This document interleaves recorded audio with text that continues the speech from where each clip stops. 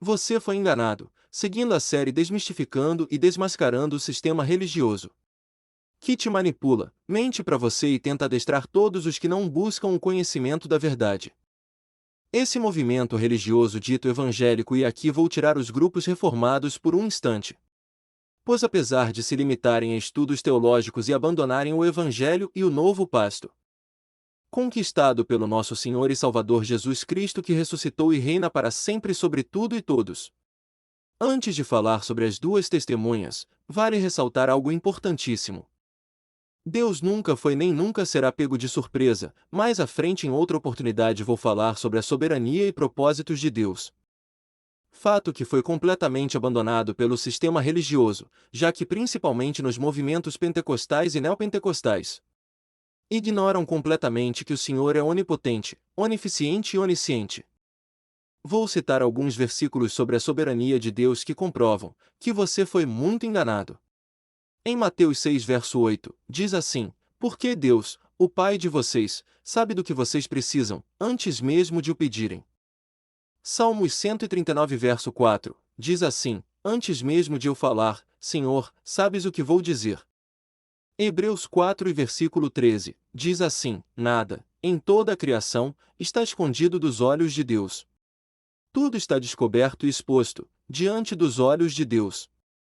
Mateus 10 versos 29 e 30, Lucas 12 verso 7 e 21 verso 18 dizem assim: até os nossos fios de cabelos estão contados. Voltando ao assunto central desse estudo, vamos aos fatos reais sobre quem são realmente as duas testemunhas.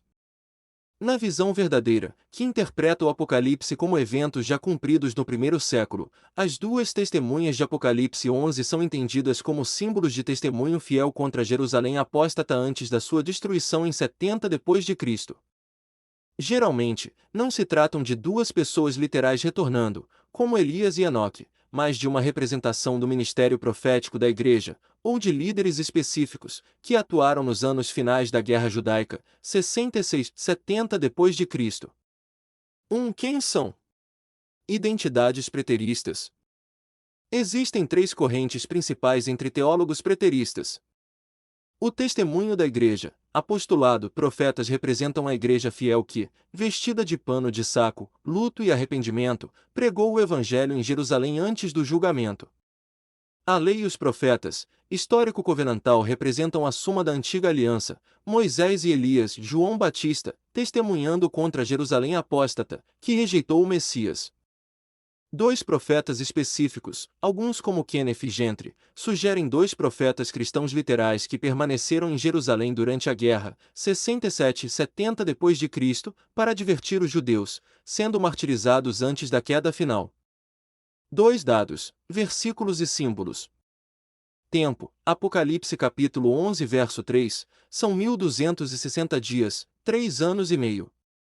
No preterismo, este período corresponde exatamente ao período da Guerra Judaica entre a chegada dos exércitos romanos, comandados por Sestio Galo ou Vespasiano, e a destruição total do templo por Tito em 70 depois de Cristo. As duas oliveiras em candeeiros, Apocalipse capítulo 11 verso 4, referência direta a Zacarias 4, representando Josué e Zorobabel, autoridade sacerdotal e governamental, profética, restaurando o templo.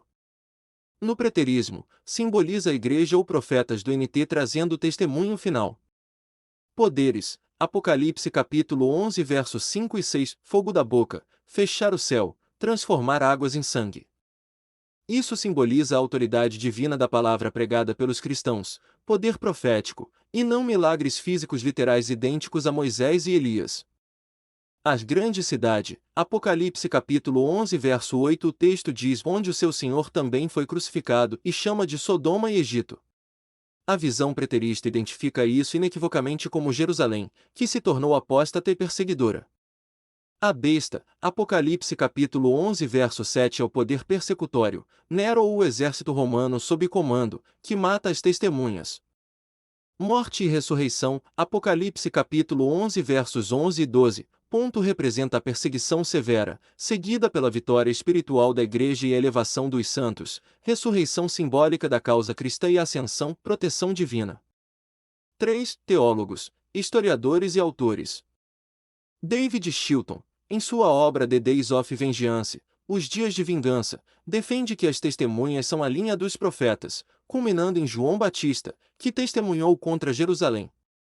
Kenneth Gentry, defensor da datação precoce do Apocalipse, Gentry sustenta que as testemunhas representam profetas cristãos históricos que permaneceram em Jerusalém durante a Guerra Judaica. Revolução Apocalíptica, Preterist View associa o ministério das testemunhas à pregação final em Jerusalém, 70 d.C.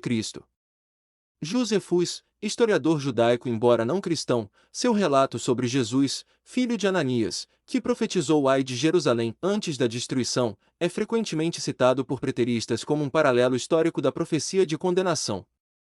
Resumo: na visão preterista, as duas testemunhas não são indivíduos do et voltando ao futuro, mas o ministério profético fiel da Igreja, comissionado por Jesus, que, nos anos de 67 a 70 d.C., advertiu a cidade de Jerusalém sobre o julgamento vindouro de Deus, o fogo do céu, plagas. Elas são chamadas de duas, por obedecerem à lei bíblica de testemunho, Deuteronômio capítulo 19 verso 15, e, após serem mortas pela besta, Roma Nero. Sua causa ressuscitou espiritualmente com a queda da antiga Jerusalém e a ascensão da nova Jerusalém, Igreja.